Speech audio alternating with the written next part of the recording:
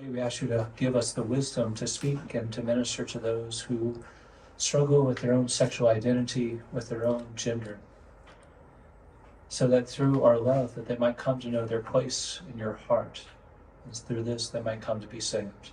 We ask all this in your name, through the power of the Holy Spirit, to the glory of God the Father. Amen. Amen. So, for those who don't know me, my name is Father Luke Millette. I serve as Judicial Vicar of the Archdiocese and run the Metropolitan Tribunal.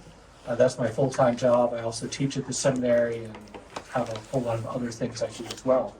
So obviously today we're here to talk about the whole transgender moment that's going on right now. Now, before we even get into it, I want to make sure you hear something clearly. You're going to hear it again and again. But if there's anything you need to walk away with, it is this. Everything we're talking about today, we're going to talk on a little bit of everything. It's a very complicated topic.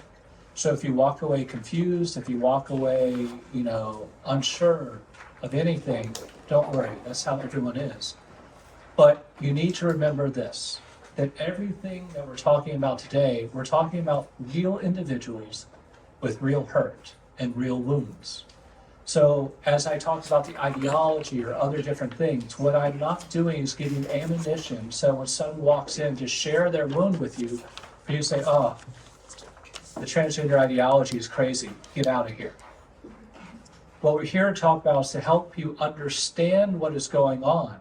So through understanding, you can have love and compassion. Through love and compassion, you can minister to the hurt and the wound that is there. So that we can, instead of winning an argument, instead try to win people to Christ. Does that make sense? Yes. Okay. So again, I'm going to highlight that a lot. Also, as we go through, I'm going to talk a lot about, ministry. I'm going to talk about some of the things going on.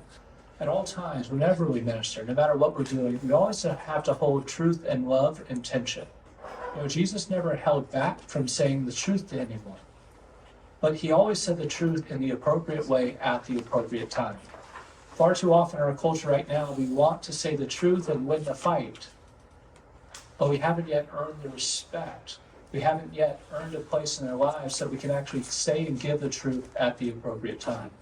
So everything I'm talking about, I'm not saying that there's not a place to sharing the truth, but there is going to be an appropriate moment to share the truth. So we'll talk about that as well.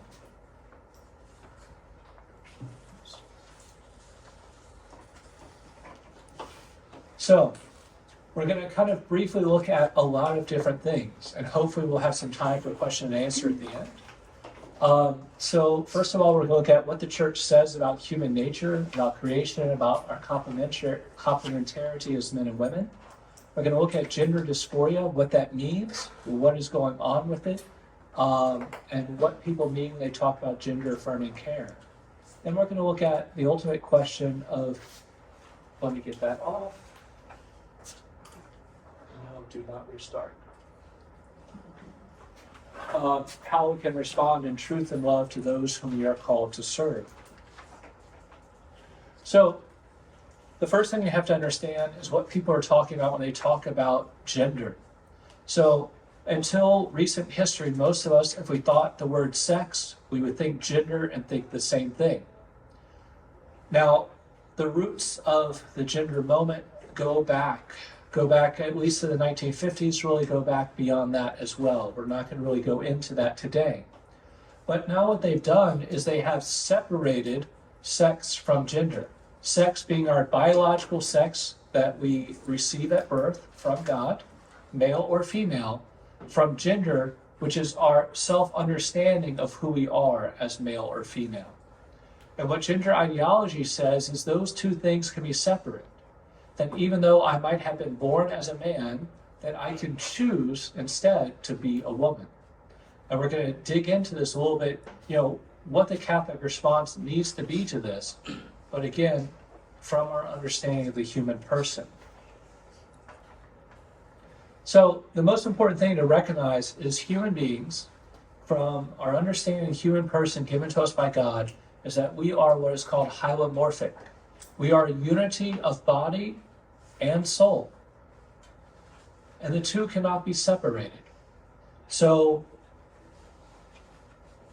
I'm not going to get into that, but so we're a unity of body and soul.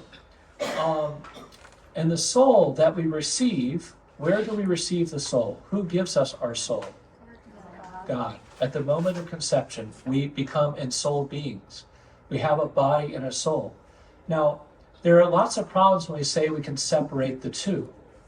Now, what the gender ideology says is your soul is just this amorphous thing there, and it could be male or female.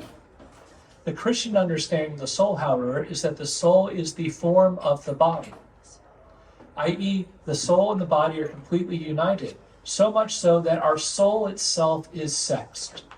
We have a male or a female soul, that we cannot separate the two.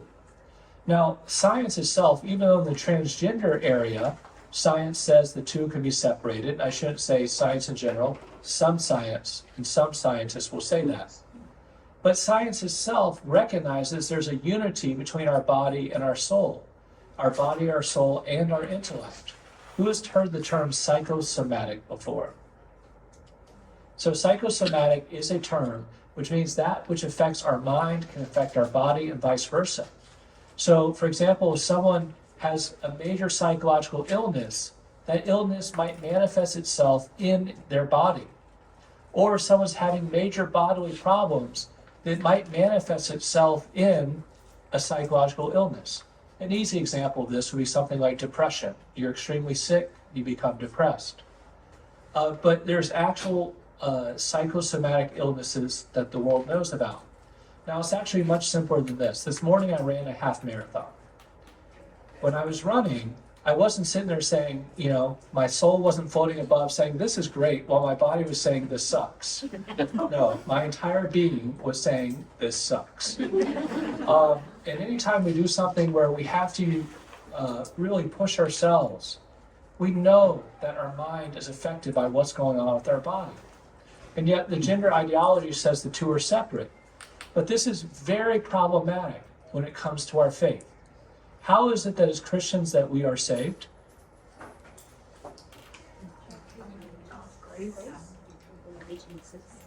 Okay, I think I heard it out there. Jesus Christ died for our sins on the cross. Jesus Christ was a unity of, he was man made flesh. He was divine and human at the same time. Because of that, when he died on the cross, God died on the cross for us. But if we are not a unity of body and soul, then who died on the cross for us? Did God die on the cross for us? If transgender ideology is true, God did not die on the cross for us. Therefore, we are not saved. This is the earliest heresy in the church called Docetism. That said the divine being floated above the cross, laughing as the human Jesus died. This is why, theologically, we cannot accept transgender ideology.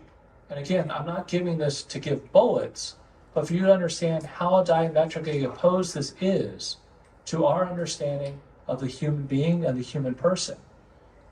The other aspect we have to recognize and comes straight from us in Genesis. In Genesis, we're told, in the beginning, God made them male and female. Male and female, he created them. In God's image, he created them, male and female. To understand God, this is theology of the body. When you go into it, to understand God is not just to understand what it means to be a man or to be a woman, but that men and women each, in their complementarity together, reveal something about God. So if we destroy the very understanding of what it means to be a man and to be a woman, we also destroy our ability to understand what it means to be in relation with God and to be in relation with each other. So there are a lot of things at stake in this whole transgender moment that we have to respond to as a church. Here we see a quote from St. Gregory of Nazianzus, which you can read, which ultimately says, that which Christ did not assume, he did not heal. And again, to that point Ari said, therefore, if God did not take on humanity, then humanity was not saved. And so this is fundamental to our understanding of how we are saved, and it's something we cannot let go of if we're going to understand how to respond to this appropriately. So already you can see there's really a diametric going on, a very two diametrically opposed positions and understandings of the human person. That presented by the church and that which is coming to be presented by the world. So the church understands the human person is created male and female, and that human sexuality is complementary, and that one sex is a biological fact. Now, even a transgender person who changes and goes through all the surgeries, if you test their DNA, if you test their organs, they are still male or female. Our very DNA is encoded to be male or female. Now, this isn't stepping aside from the question of intersex. There are some people who have chromosomal issues. And we're stepping aside from intersex. People try to lump intersex in with transgender, but it's actually something completely different. But our very body reveals that we are male or female. And doctors have to know whether someone is ultimately male or female because there are very specific medical things that affect those who are men and those who are women. Medical care is different for men than it is for women. And so women, yeah, we're not getting into that either. But this is an issue that we need to also talk about as well. So how a particular male or female expresses their biological sex will vary according to culture, societal norms, and individual personality. Now, this is something where we have to be open and honest when we have these conversations, because what they will say is that gender is a societal construct, and therefore there is no such thing as gender. What we have to be honest and have a conversation about is that some ways of which we manifest our biological sex is a societal construct. But that doesn't mean that that erases the fact that we have fundamental differences as men and women. So for example, is it true that to wear a dress is to be a woman? Is that true? No. I'm glad you answered no, because some will answer yes. And a very hairy, angry Scottish man would come and beat you. Because even though he's wearing what is a miniskirt, he knows he is a man. A Muslim Bedouin wears what looks like a dress, and yet that is not a dress. Again, do not tell that Muslim he is dressed like a woman. That will not go over well. A Catholic priest wearing a cassock. It may look like a dress to some, but tell him he's wearing a dress, you'll get a very angry response. There are some things which are societal constructs for how men and women dress, or what they do with their nails or their hair. And yet to see a man with a long hair, does that make you a woman? Well, that's what transgender ideology is saying. It's funny because it says that there is no such thing as gender, and yet they base everything they do on gender stereotypes.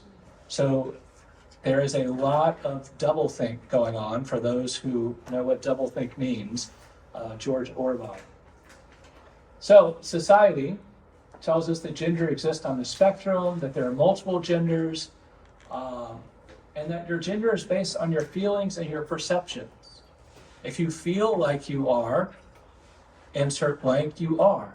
What's interesting is people have taken that to its logical conclusion. I used to show a video where a man would go on a college campus and ask, questions about, is it okay if I tell you I'm a woman? Is it okay if I tell you this? Is it okay if I tell you I'm 6 feet tall, even though he was shorter than I am? Eventually, he tried to get the college student to affirm and agree that he was a 6 foot tall Asian woman. And there are many people now who are saying, well, I can choose if I want to be Asian. It's funny, I was just reading a whole Wall Street Journal article and some other things on this. People are finally pushing back and saying, no, you can't choose if you want to be Asian. But they use the very arguments why you can't be Asian for the same arguments they use to justify why you can be a woman when you're a man. There's a lot of crazy thought going on right now. Now, for those who haven't seen it, this is what is being taught in many of our public schools, the gender unicorn. At very young ages, they'll be presented with something like this and told that they get to, even though they might have a sex that was assigned at birth, not a sex that you are, but just something someone arbitrarily gave you. I'm sorry, there's nothing arbitrary about whether you do or do not have male sexual organs. But they say that's something arbitrary, and you get to choose your gender identity, female, male, something in between. You get to choose the way you express your gender. I might be a female and dress like a male, whatever it might be. Who you're physically attracted to, who you're emotionally attracted to.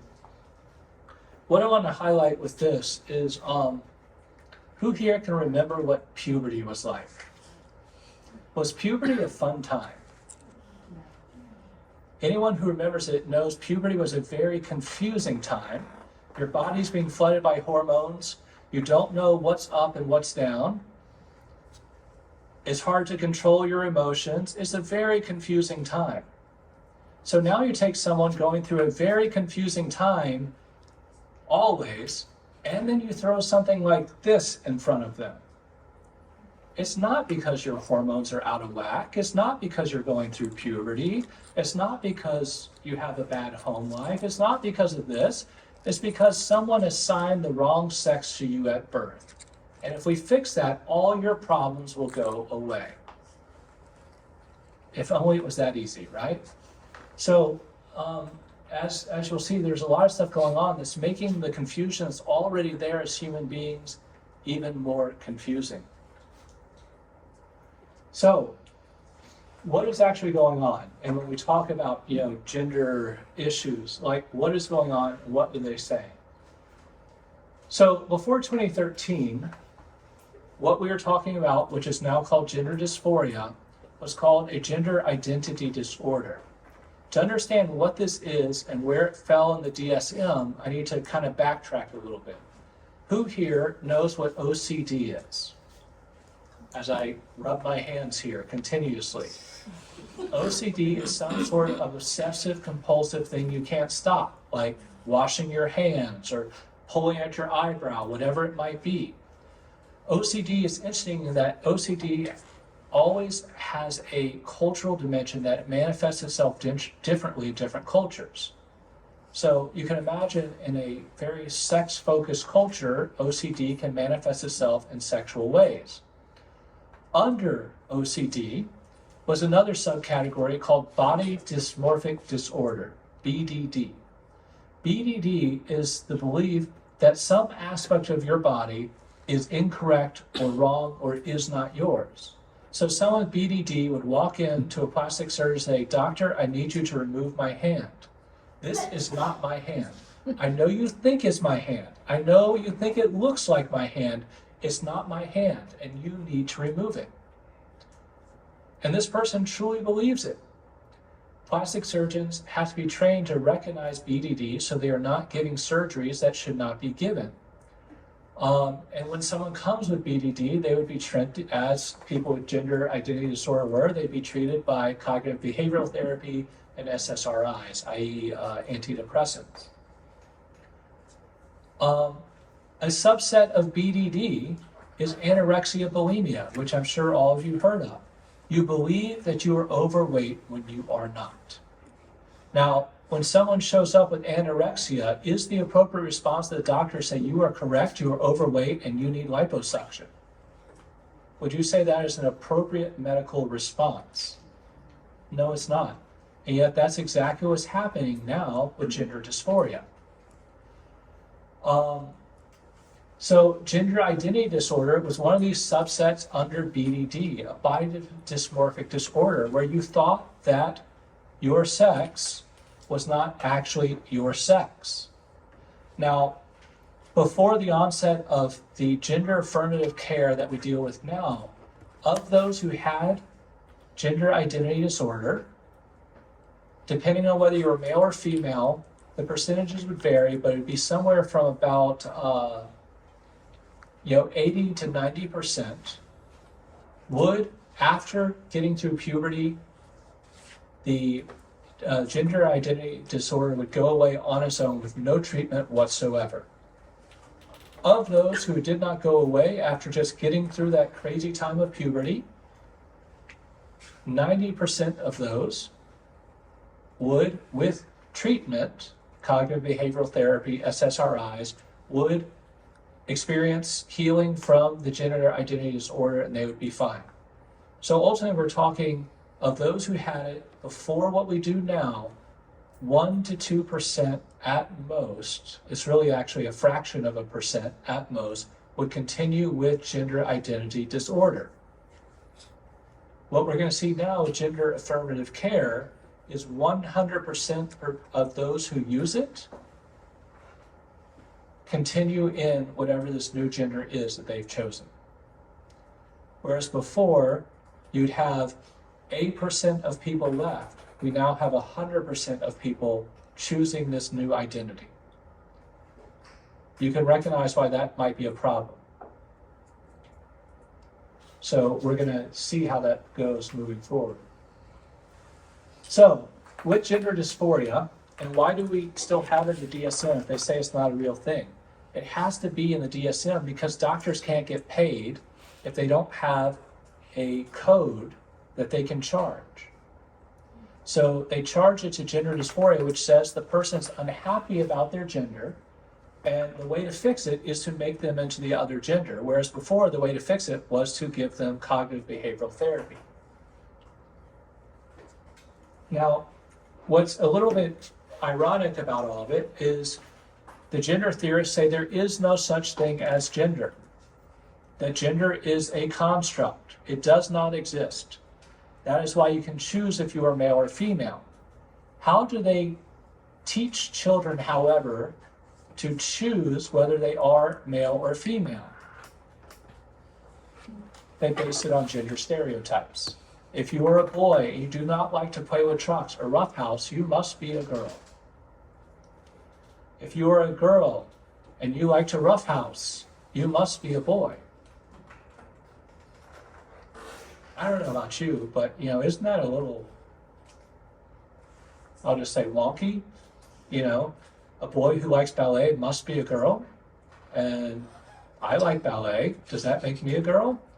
I can't do it, but I like watching it. Maybe I'm a girl. I have to think about this some more. I'll let you know. So there are some problems with how they even diagnose it with people. So, and we'll talk a little bit later on about where might some of this be coming from. Don't let me forget. If I forget to talk about it, ask me, and then we'll talk about that a little bit.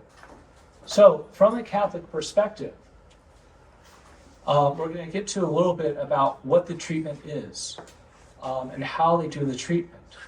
And some of it involves removing body parts, removing sexual organs. Now, from a Catholic perspective, we cannot amputate or mutilate or sterilize anyone. That is against moral law. And here's a statement from Pope Francis on this. But we do have some teachings on when can you remove an organ. So let's say, can you think of a situation when I might be able to remove one of my bodily organs? Donating to someone. Donating to someone. Cancer. What if one of my body parts is cancer? So let's say I've got cancer in my hand. Can I remove my hand to save my life? Yes. Yes, I can. Because when we go through this, the continued presence of the particular organ within the body is causing serious damage. The damage must be remediable. If I remove the cancer, remove my hand, and doctors say it will stop the spread to the rest of my body, is that going to remediate the issue or lessen the issue? Yes. And is there reasonable certainty that the negative effect, death from cancer, would be compensated by the positive effect, the elimination of the hand? So now, can this be applied to transgenderism? Let's say it is a woman who believes she's a man and wants to remove the breast. Will the continued presence of her breast cause her body continuous harm? No. Now, some people say, yes, it's causing her continuous mental harm. Okay, so let's keep going with the argument. So Will the mutilation lessen the damage? Some are going to argue yes, okay? Now, we're going to look at whether the treatment is efficacious or not. And the real point we get to, so it's really no in every point as far as Catholics are, but you're going to hear people who argue against that. But what we really get to is the third point. Reasonable certainty must exist that the negative effect will be compensated for by the positive effect. So what they're going to say is that when we allow them to transition, they are better off than they were before. Later on, we'll see that is not true. Initially, it seems like things are better off. After 8 years, however, all of the so-called beneficial effects disappear. And so we will see that number 3 does not apply either. So ultimately, we can't remove body parts for transgender. Now, as I mentioned, these are real people with real issues. And this is where I want you to remember, whenever you as catechists are working with people and they come to you and they're struggling and they might have questions, they might be gender dysphoric, you are not fighting the ideology with that human being. You're responding to a real human person in front of you who has wounds, who has experienced harm, who is hurting. And there are real psychological issues these people face. So when we look at the general population,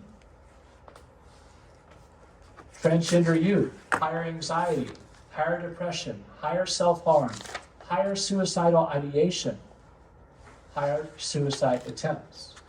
There are real issues here. So to say, well, the ideology is crazy, get out of here, is that going to help them with the real issues that are there? So we have to love them and be present to them. And yet, there's a problem. People use this also, though, to convince parents to allow their children to transition. What they will say is, would you rather a dead child, or would you rather a dead son or a live daughter? Any parent who loves their child will say, well, I want my child to live, right? The problem is, as I mentioned, there are not many long-term studies. And the ones we have that go past 8 years show that past 8 years, so maybe initially, after the surgery, they think everything's great. These things drop. After 8 years, however, they go back up again. Because is all this because of an actual physical issue? What's it coming about from? There's some sort of mental or internal wound. Can we solve an internal wound with surgery? Can we sew up the soul? No. And so if those underlying issues aren't dealt with, over time, they will manifest themselves again. And these rates will go up. And some people say, and I also say and agree, that over time those rates will actually go higher after the surgeries. Because if you've mangled your body and mutilated your body, and then all the problems come back again, what are you going to start to say to yourself? I destroyed myself for no reason whatsoever. And let's say that we're not there for them, loving them, because we said, this is ridiculous, get out the door, don't come back again. Well, who do they have? Their community has abandoned them because they've detransitioned. They have no one. And suicide rates will go up. So what might be laying, just looking at this, what might be laying underneath all of this? I'll mention right here, you are not psychological professionals. You will never be the one to figure out or diagnose what's going on. You just be present and know that they have issues. But I do want you to recognize that there are a multitude of reasons that they might be experiencing gender dysphoria. Let's say, for example, that you have a child who's born into a family, and he's a boy, and for the moment he's born, and every memory he has is his mother saying, I always wanted a girl. I really wish you were a girl. Gosh, I wish you were a girl. What do you think that boy might one day say to win his mother's love? Fear. Mother, I'm a girl. What about someone who experienced abuse? Let's say a woman was abused in a traumatic way.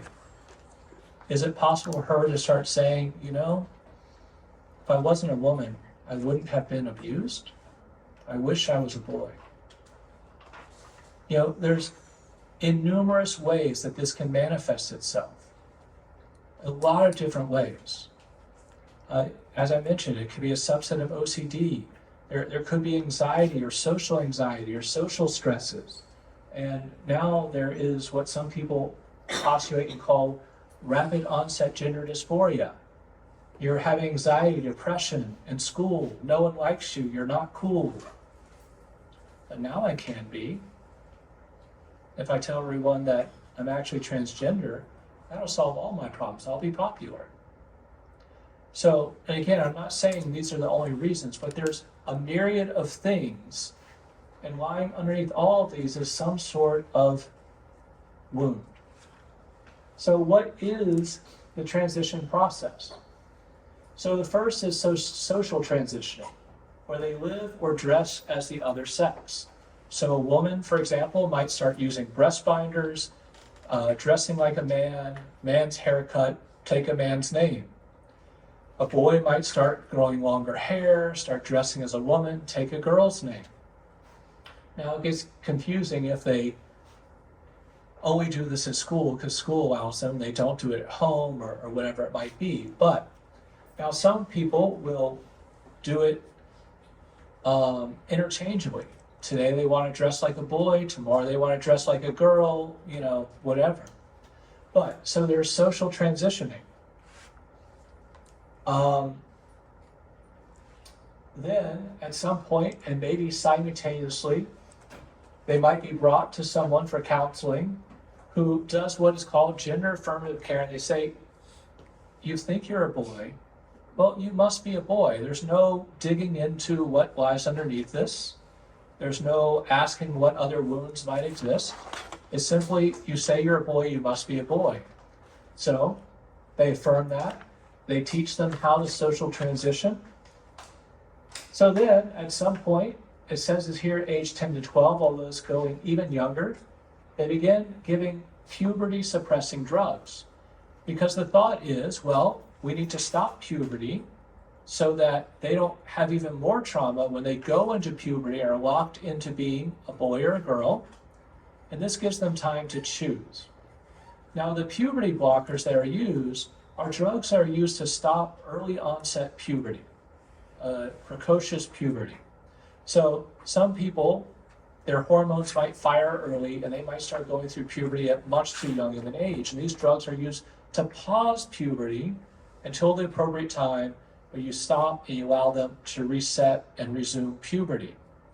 What they're doing is they're misusing the drugs and they're giving them in a permanent way.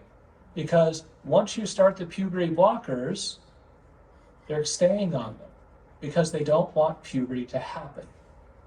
Now, there are long-term health risk and effects to continuing on puberty blockers past puberty.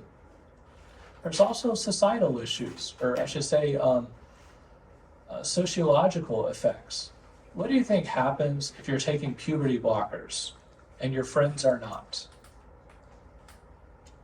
They get taller, they get stronger, their voice begins to change. Some of them get hair in lots of different places where they may not want it. And you say the same. Now, I know we all like to imagine that kids are sweet and innocent, but they aren't. What do you think happens when you're the kid who sticks out in school because you're not changing and everyone else is? Target on your back. So there's all sorts of issues with the puberty blockers. Then at some point, they'll be recommended for cross-sex hormones. And again, these ages keep changing and going younger and younger. And unfortunately, there are states, for example, where it is not legal to get a tattoo before you're 18 without parental consent, and yet they will give you cross-sex hormones with no parental consent. Cross-sex hormones do make changes. So a male who takes estrogen will start to develop breast, his voice will start to change, there will be many, many changes. Likewise for a female taking testosterone. So they will get some of the changes that they want, but also with that come lots of side effects. For example, any guys here, when you went through puberty, did you ever have issues with controlling your emotions, your anger, your rage? Maybe get in a few fights? If you say that didn't happen, you're probably lying. And what's the role of the father? To teach you how not to beat everyone up. What do you think happens when you start dosing a woman with lots of testosterone and she doesn't know how to handle that? Violence.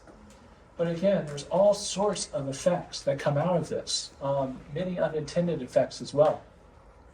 Then eventually they might move all the way to surgical procedures, including sex reassignment surgery. They might start with top surgeries, and not everyone goes through all these steps. Some might stop at social transitioning, but many of these clinics will push you to go the entire way.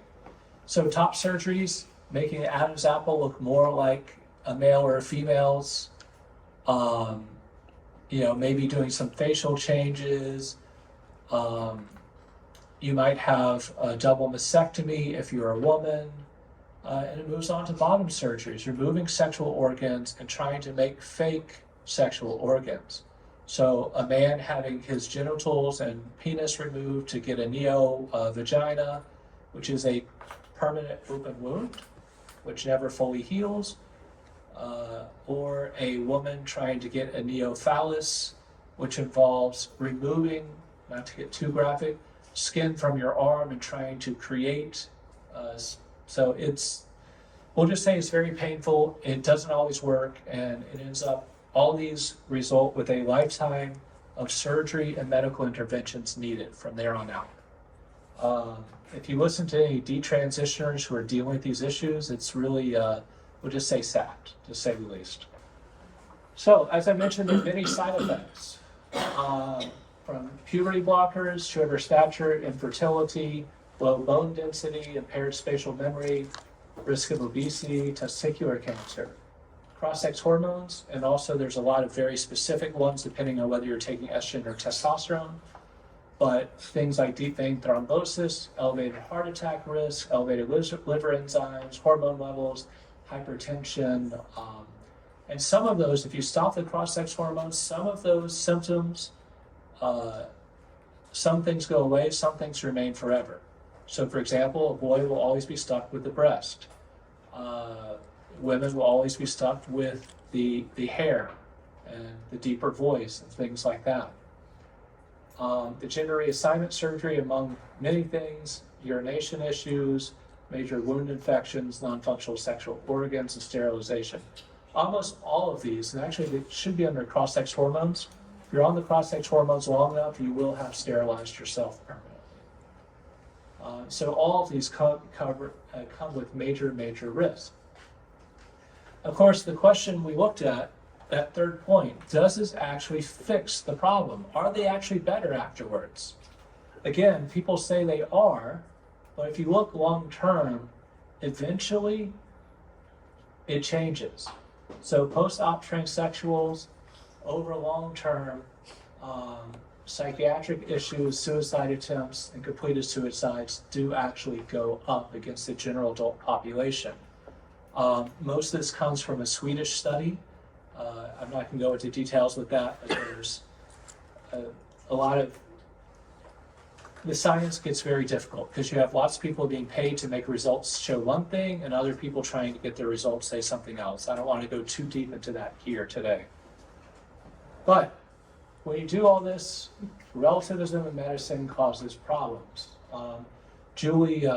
Dr. Julie Fritz, who I usually do this presentation with, helped put together the slides, and I always thought it was a little interesting. She chose this, what happened with Michael Jackson after he was allowed just kind of unfettered access to continue to try to change himself to be who he thought he was. Didn't end up very well for him. They never fixed the underlying emotional wounds he was dealing with. Dr. Paul McHugh, who's one of the kind of top doctors speaking about this, has gotten in a lot of trouble. Way back when, he closed down the gender clinic at Johns Hopkins University. They've since reopened it, but he's one of a big speaker on this from the endocrinological perspective.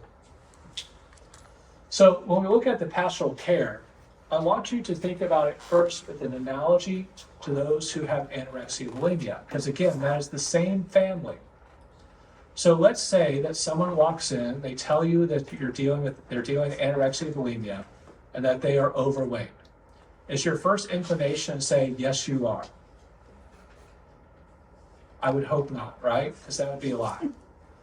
You wouldn't tell them, yes, you're right, you're overweight. But would you also say, get out of my office?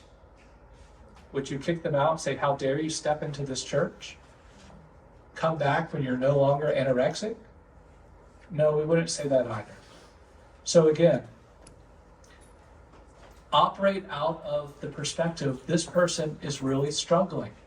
Operate and react out of love. And that will be the best first step you can make. And yes, there's a difference with anorexia and gender dysphoria. And some of those differences come in with the possibility of public scandal because how they're dressed, how they're acting. But we'll talk about that a little bit.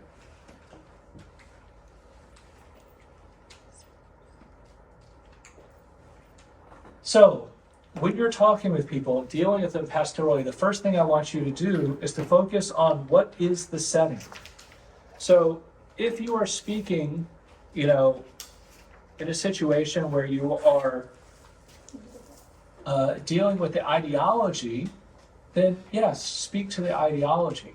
But when you're a pastoral setting, do you address the ideology or do you address the wounded individual?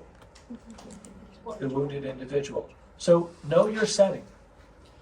And know your audience when you're speaking. Are you speaking to the parents? Are you speaking to the transgender individual themselves? All these conversations are going to be different. So remember, focus on that. And then within that, you have to, of course, as I said, respond in love and truth. You don't lie to the person, but you need to choose the right person to share the truth, or the right moment to share the truth. So first of all, you have to know the truth. You need to study. You need to research. You need to actually understand what's going on. And you need to know the truth of the gospel and the truth of the church. And then with that, enter into dialogue with the person. The best thing you could do is just say, tell me your story. Tell me about yourself. What's your life like? What was it like growing up? When did you first start to feel this way? Why did you think that you might be a man or a woman or whatever it might be? You might hear a lot of things in that story. You might hear about a painful family life. You might hear about abuse. You might hear about pornography addictions. But hear the story. Enter into relationship with the person. And then by entering into relationship, you then earn the right at the appropriate moment to share the truth of the gospel with them. And of course, always be praying and asking God to tell you when that moment is. And then remain in dialogue. No matter what they do, if they go and they take the puberty blockers, the cross-sex hormones, if they start dressing the wrong way, I would recommend that you still remain in dialogue with them. Because again, if we cut them off, where are they going to go for true love? Where are they going to hear the truth of the gospel if not from us? Nowhere. And so don't burn bridges. Even if you have to say, no, I don't agree with that, still don't burn bridges.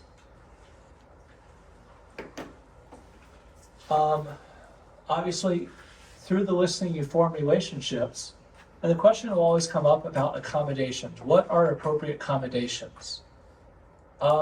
Some people say there's a hard and fast rule to this. For me, it's very dependent on the situation. Let's say that you are at the parish, someone comes in, introduces themselves as Nancy, and this has really happened. They introduce themselves as Nancy, they dress like a woman, they look like a woman, you're meeting with Nancy, you get to know her over a couple of months, and then one day Nancy comes and says that Nancy is really Carl.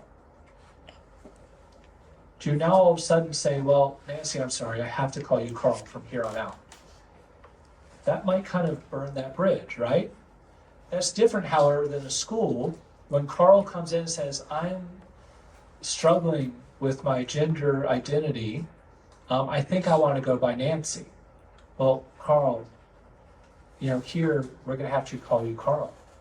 Or maybe we can choose a nickname that is gender neutral, that we can agree to. So that you don't have to go by Carl, but I at school I can't call you Nancy. That would be giving voice to a lie. I can't call you her here. I can't use that pronoun in this school or in this class. So again, accommodations need to be decided in many ways on a case-by-case basis, based on the setting. And always feel free to reach out to myself, to the Archdiocese, to Bishop Italo, whoever it is, the pastor, and we can help guide you through these types of decisions and conversations. During the dialogue, again, I think it's useful to ask them, how do you know that you're a boy or a girl? And have a real conversation about that. Don't use that to try to prove to them they're wrong, but get them thinking. A thinking mind's a dangerous thing, right? Get them thinking, get them reflecting. And they might start to realize, oh, just because I like long nails and want to paint them, maybe that doesn't mean I have to be a girl. I can just be a boy with long nails, whatever it might be. When appropriate, recommend consulting mental health professionals. But I think it's important that if you can get the story, to direct them to the appropriate one. Many mental health professionals, other than a few, won't really actively tackle gender dysphoria in any way other than affirming care, because of all sorts of messes going on. But if the child goes in and says, I'm struggling with OCD or with addiction, they can treat that. And so if you know their underlying issues, direct them to the appropriate person for those underlying issues. And again, we can help you do that. As always, share the gospel. And just take the word back. Create a safe space for them. Don't sacrifice church teaching, but make sure they know they have a place, they belong, they're welcome, they are loved. Because if they don't know that, when they make bad decisions, they will never come back again. When they do those surgeries and realize later on that this didn't fix the issue, they won't know they can come back to you unless you've created that relationship from the very beginning. Now, there are sacramental issues that come about because of this. First and foremost, we see sacramental issues immediately with marriage and holy orders. So marriage in the Catholic Church can only occur between a biological male and a biological female. What will happen is twofold. You might have a biological male who becomes a woman and presents himself to the Catholic Church to marry another biological male. Well, we actually have two biological males wanting to get married to the Catholic Church. We can't do that. Or maybe the biological male becomes a biological woman, presents himself to the church to marry a biological woman, because yes, he can believe, I'm not going to get you all confused, it gets so confusing, but that person would believe that they're a lesbian even though it's a male attracted to a woman. But because he thinks he's a woman, he thinks he's a lesbian. But he can say, well, we're biological male, biological woman, you need to marry us in the church. The other situation we've seen and dealt with is you have a biological male and woman who've married in the church. One of them transitions, they decide to stay together. So now you have two people presenting as women or men. They're saying, oh, we were married in the church, you can do that as well.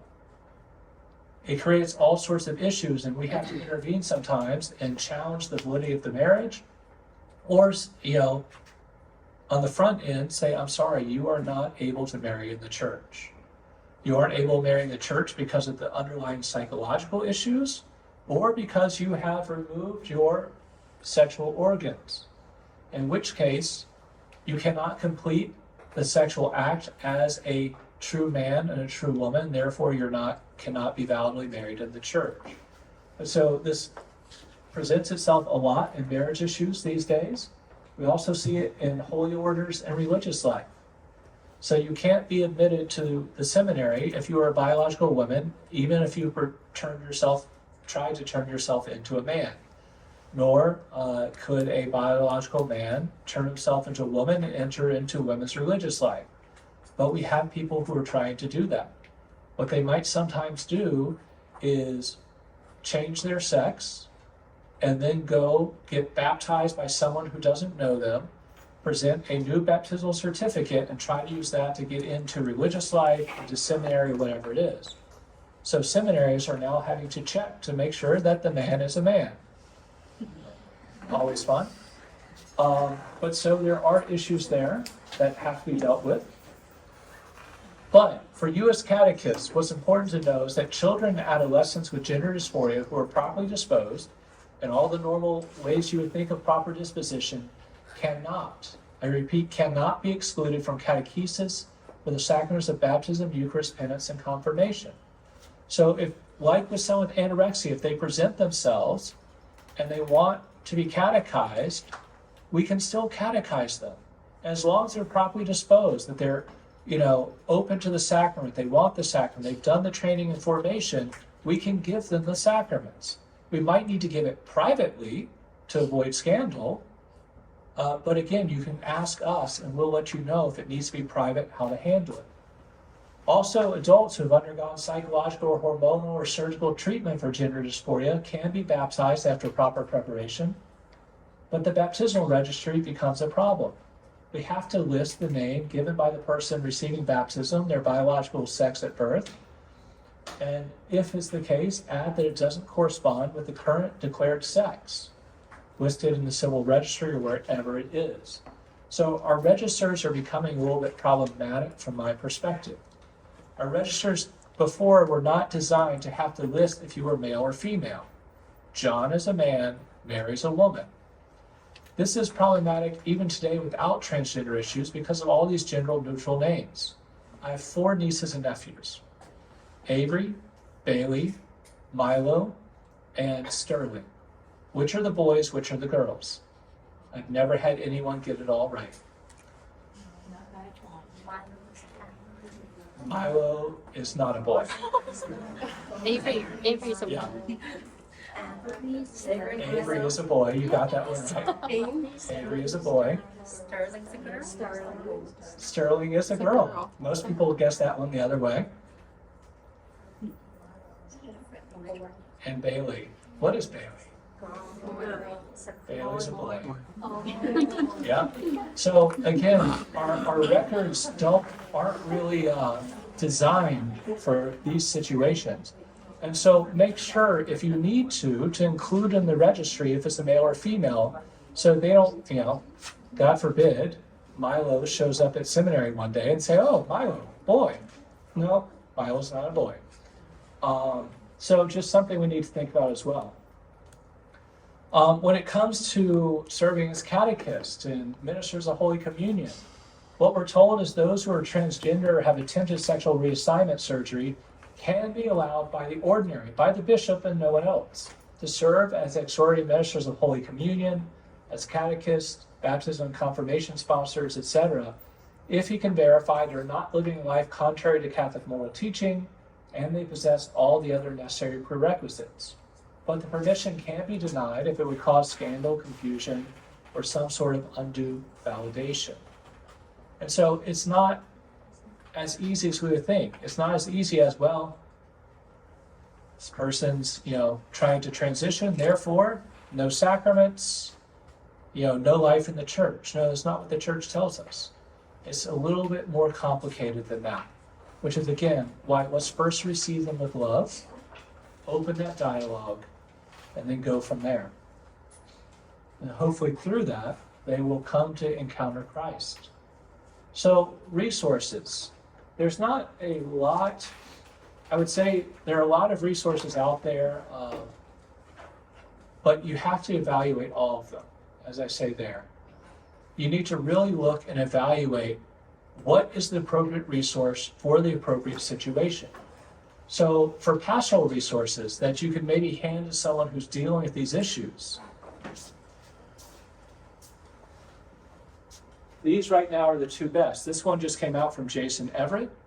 Just so you're not confused, when you look at the chapter heading, he writes it kind of in a Thomistic way. The chapter heading says, for example, cross-sex hormones are beneficial for people who experience gender dysphoria. And then he addresses the statement that people say.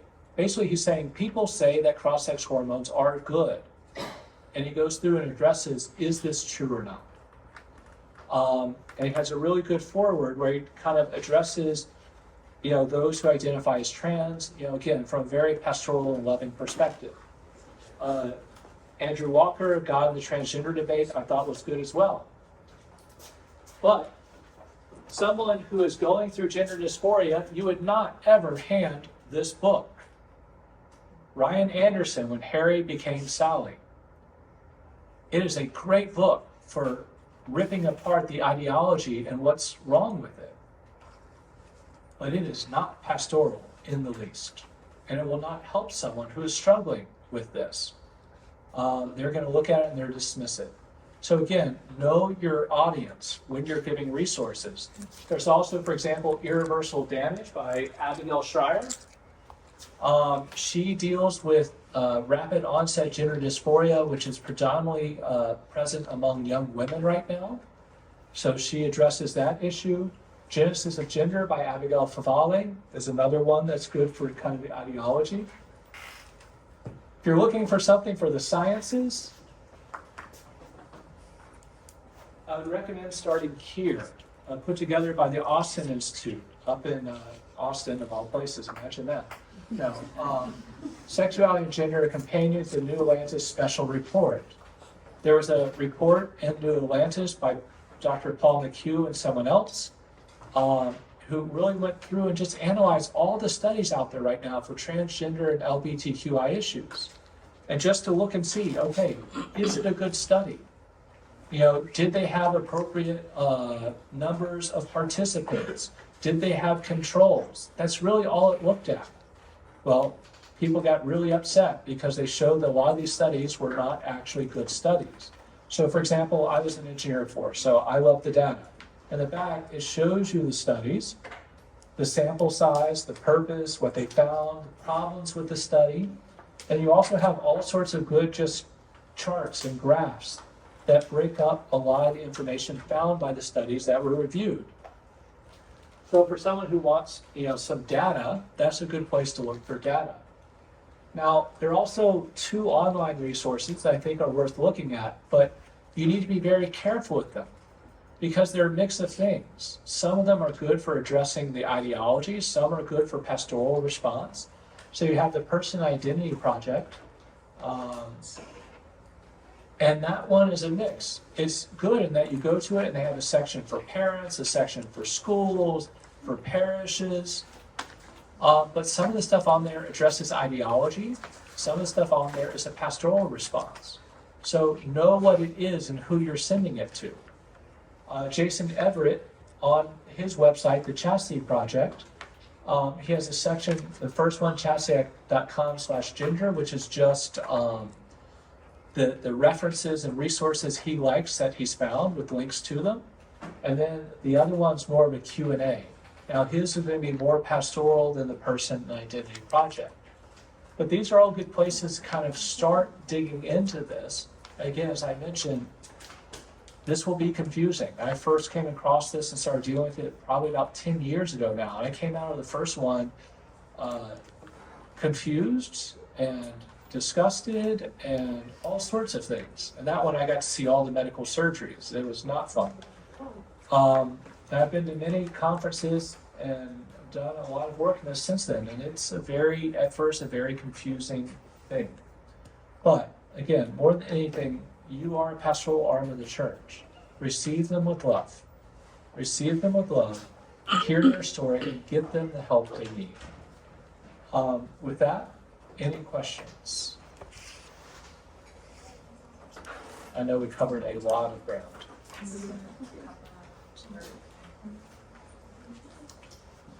I have a question, not a question, but it's very much the input. That as a parent, I'm 55, and the first time ever, discovered what you're saying today. I know that society now do a lot of change thing. We don't know how to handle with it, and even our kids, we don't have that ability to communicate with them like you do. You're expert. So my input is, should we include a session in the church for the Saturday Bible class at least once a year? Invite you over, talk to those kids that to understand. So that's because this is not in school. Yeah, so right now in the Archdiocese, we're trying to start to kind of roll out some resources and all this. And what I'll say is, because the question came in the last class, my best advice for how to start addressing this issue is by starting where I started. Start talking about the Catholic teaching on what it means to be a human person. Start right there. Talking about a unity of body and soul and mind. Talk about being made in the image and likeness of God. Talk about what it means to be made male and female. And then from there, you can then go and delve into some philosophy and things like that. Because if we start there, we give them a grounding and understanding of what it means to be human. And then when we later talk about this issue, you can quickly see, wait, but this is problematic because it doesn't agree with what it means to be human. And so I think we can start at that base level, which would then, be a more innocuous and easier way to start the conversation. Because if we come in and just start talking about transgender, either people get upset or people shut down and don't listen. But if we start talking about something simple that's not threatening, what does it mean to be human? What's your experience of being male and female? It's a fascinating conversation when I've had more time with people. Have a group of men and women say, what does it mean to be a man? What does it mean to be a woman? To hear the different opinions and statements that come out. And so I think start there, and anyone could really start those types of conversations. And then, yes, then we could bring in, someone to really address the actual issue itself afterwards. That would be my recommendation. Thank you, sir. I've stunned you all into silence. Or you're just tired. It's been a long day. You said earlier you would go back to Sunday. Some question to remind you if you didn't go through. Like where it came from or something like that? Oh, I did go through it. I talked about, there's a multitude of sources that this can come out of, whether it's family of origin issues, whether it's trauma and abuse, whether it's anxiety or depression, that there are many different sources. So that's why you can't just say, oh, this person obviously suffered abuse, or this person obviously, no, it's coming from a lot of different places. And so that's why you have to get to know the person, figure out what's going on. And maybe in helping what's going on elsewhere in their life, you might, without them even realizing it, help reduce the severity of the gender dysphoria as well.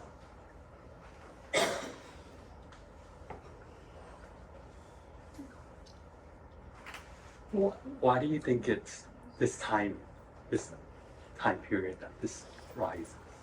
He asked, why do I think it's this time period? There are multiple reasons it's so big right now. One is the breakdown of the understanding of the human person due to modern philosophy. We didn't have time to go into that today, but especially you look at something like Freud, Marx, and Darwin, which basically make us believe that we are nothing but a biologically generated person with a biological end and biological determination and biological salvation, or I should say material, not biological. But so there's roots of it in modern philosophy. There are roots of it in feminism. There's roots of it in I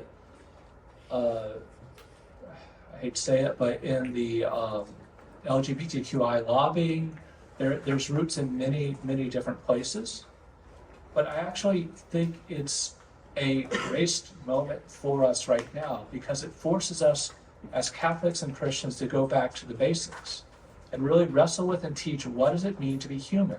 What does it mean to flourish as a human being? Ultimately, this is coming about because it's an attack on the family and the human being by Satan. I mean, that's what's underneath all this. But it gives us a chance really it's given us a chance to reset with a whole conversation with the LGBTQI community. And so it's a grace moment if we embrace it to have these conversations with people and young people we haven't been having. And to make a place for people in the church who we haven't been making places for. So while it's a difficult conversation, I think it's actually a very graced moment if we embrace it properly. Father, there's a debate on same-sex attraction, whether it's like someone were born with it or something else. What's your thought on that? Okay, the question is same-sex attraction, where does it come from? You're going to see people who say all sorts of things. Some people say, we have proved it, we have found the gay gene, it is nothing but biological. The problem is, studies with identical twins, one twin is homosexual, the other twin is not. The gene aspect is only a predisposition, the same as alcoholism. There's also aspects of nurture. We haven't been able to prove which is which, and in the end, it's a combination of both. It's a combination of nature and nurture, and there's a different genesis for everyone. And so that's all, and that's in those studies as well. In those studies, you'll see we can't just say it is just nature or it's just nurture. It's still a combination there and of both. But what we can say is that at a certain point, and most people, that sexual attraction becomes fixed. So at a certain point, the question of where it came from becomes meaningless because we do have to engage and address the individual who has that attraction. You can't, to use the phrase that's out there, you can't pray the gay away, At a certain point, people become fixed in that, and we have to respond and love them and accept them and work with them where they're at. Now, some people are able to, that some people, their attraction does change over time. But for many people, after a certain point, at a certain age, it does become fixed.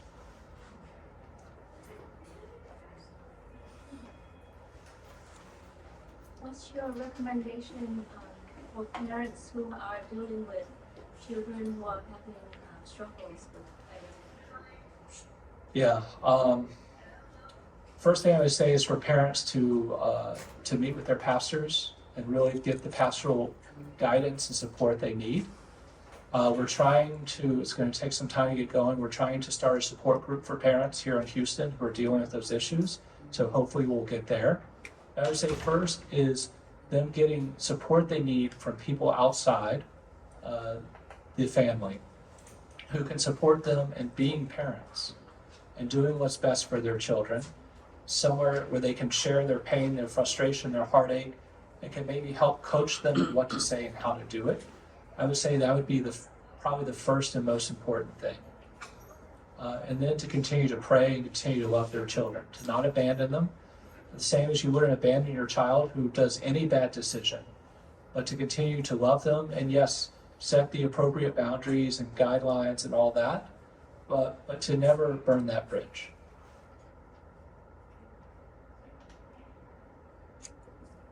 Does the church plan to have like an official program to really teach this tough subject? What I would say is that official programs come out of the church as over time when we figure out who is doing it best and how they're doing it. So I wouldn't say that there is there is not a definitive plan of we are going to do this from the bishops, for example. What I see are many people across the U.S. in every walk of life trying to address it in their diocese. And we're seeing all sorts of different responses going on.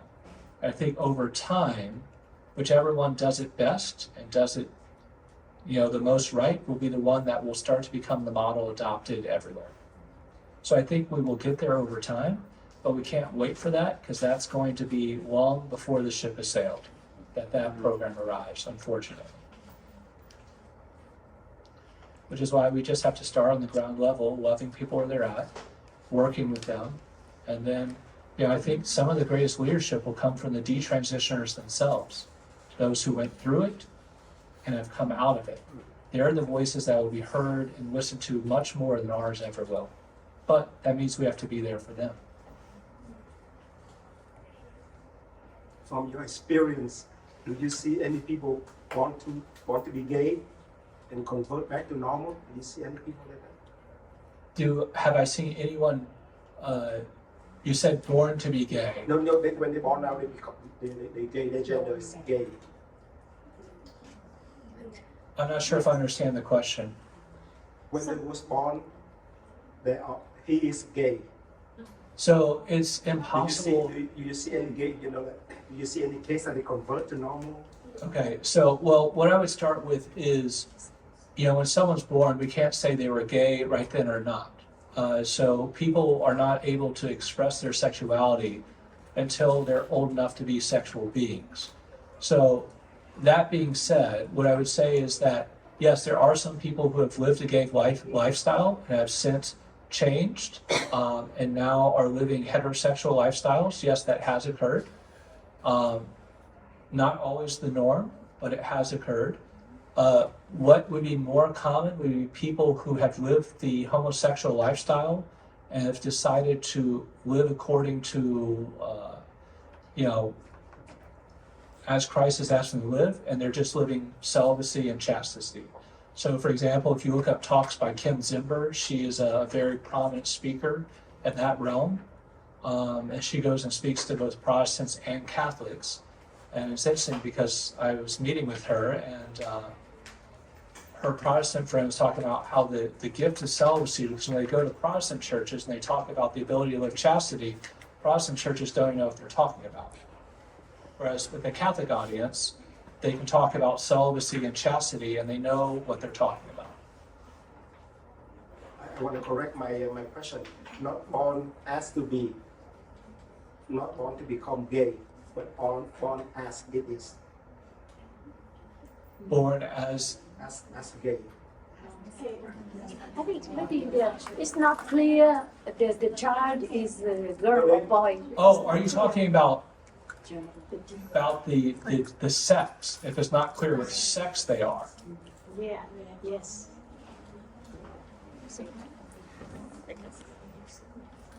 I may emphasize that Born as a boy. If you look at him, it's not normally boy, human being boy. Okay. But he accept him when he grow up to become, when he was like 10 or 12 years old. We can see that, he He's more flamboyant. So like when you were talking about like a girl being more tomboyish and a boy being flamboyant. You see them as they're growing up, they have that tendency of already acting like that or behaving. And also that he way. come out, and also to certain age, about 14 or 15 years old, he coming out and say, hey, I'm a girl, I'm not a boy. So, yeah, I mean, there's everything under the sun. So yes, there are people who, but my struggle with that is you're talking more about, like, let's say with a boy who has an effeminate personality.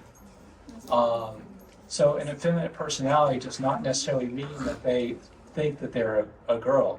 I know lots of people in the gay community who are men who are extremely effeminate. But if you tell them that means you're a woman, they're going to laugh at you. So there are too many variables to really answer that. Human beings are unique, and we all have very unique expressions of who we are and how we express ourselves. So I would say that there's too many variables to answer that question.